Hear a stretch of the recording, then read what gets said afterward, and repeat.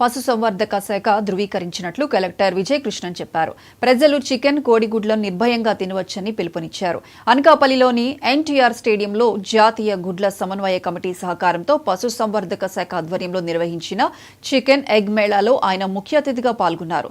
పాఠశాలలు, కేజీపీవీలు, హాస్టళ్లు, సంక్షేమ పాఠశాలలు, విద్యార్థులకు, అంగన్వాడీ కేంద్రాల చిన్నారులకు, తల్లులకు గుడ్లు సరఫరా చేసి భయాలు పోగొట్టాలని కోరారు. అవగాహన పోస్టర్ను కలెక్టర్ ఆవిష్కరించారు.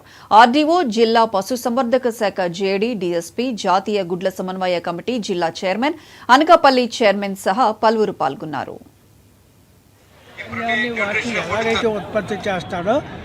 రైతు కోళ్ల రైతు కూడా గుడ్డును ఉత్పత్తి చేస్తాడు. ఆ విషయం గమనించవలసింది కోరుకుంటూ దానికి వాడే పదార్థాలు ఒక్కసారి ప్రజలందరికీ కూడా చెప్పవలసినటువంటి అవసరం ఉంది. మనుషుల వినియోగానికి పనికిరానటువంటి పదార్థాలు లైక్ చీరునూక మనం తింటామా, అలాగే ఆయిల్ తీసినటువంటి తౌడు తింటామా. ఇదివరకైతే దాన్ని బయట డిస్పోజ్ చేయడానికి ఖర్చు పెట్టేవారు. అలాగే మొక్కజొన్న, అలాగే ఆయిల్ తీసినటువంటి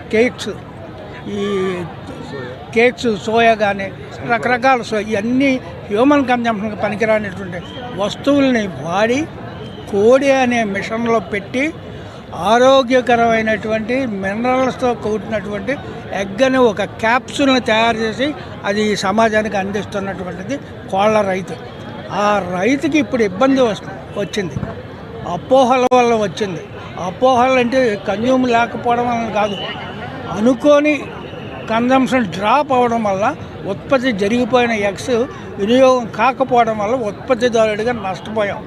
ఈ సమయంలో ప్రభుత్వం వారు సరైన టైంలో సరైన స్టెప్ తీసుకొని ప్రజల్లో వినియోగం కలిగించడానికి ఈ ఎగ్ మేళాలు పెట్టారు. వారి సహకారంతో మేము ఇవన్నీ ఆర్గనైజ్ చేసాం. ప్రభుత్వానికి ప్రత్యేకమైనటువంటి ధన్యవాదాలు తెలియజేస్తాం.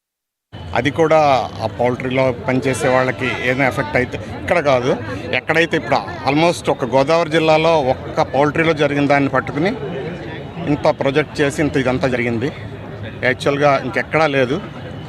ఒకవేళ ఈవెన్ ఎక్కడైనా జరిగినా సరే అందులో పౌల్ట్రీలో పనిచేసే వాళ్ళకి తప్ప ఎవరికి ఎటువంటి హాని ఉండదు. ఆ పౌల్ట్రీలో తయారయ్యే గుడ్డు కానీ మాంసం కానీ తినటం వల్ల ఎటువంటి నష్టం జరగదు. శుభ్రంగా తినొచ్చు. కాకపోతే శుభ్రంగా బాయిల్ చేసుకుని చికెన్ కానీ గుడ్లు కానీ మన ఇండియన్ కండిషన్లో మనం శుభ్రంగా కూర వండుకొని తింటే ఏ వైరస్ కూడా బతకదు. 74 డిగ్రీల సెంటీగ్రేడ్ దగ్గర ప్రపంచంలో ఏ బ్యాక్టీరియా, ఏ వైరస్ కానీ జీవించడానికి అవకాశం లేదు. మన ఇండియన్ కండిషన్స్ ప్రకారం 100 డిగ్రీలు మనం 100 నుండి 120 డిగ్రీల సెంటీగ్రేడ్ దాకా ఉడకబెడుతున్నాం. కాబట్టి ఎట్టి పరిస్థితుల్లోనూ ఇది ఇంకా మామూలుగా ఎవరికి ఇది తిన్న వాళ్ళకి ట్రాన్స్మిట్ అయ్యే అవకాశమే లేదు. కాబట్టి అపోహలకి పోకండి, చక్కగా తినండి. ప్రస్తుతం మనం ఈ చికెను, ఎగ్స్లో ప్రోటీన్ కంటెంట్ చాలా ఎక్కువ ఉంటుంది. మనం ఈ నిలబట్టి అవి తినకపోవటం వల్ల ప్రోటీన్ ఇవన్నీ డెఫిషియన్సీ వచ్చి రకరకాల జబ్బులు రావడానికి, ఇమ్యూనిటీ తగ్గడానికి అవకాశం ఉంది. చాలా విధానమైన ఇన్ఫర్మేషన్ అనేది బర్డ్ ఫ్లూ అవుట్బ్రేక్లో జరుగుతున్నాయి. దాని మీద గౌరవ ముఖ్యమంత్రి గారు మా అందరికీ అవగాహన ప్రజలకు వెళ్ళాలి.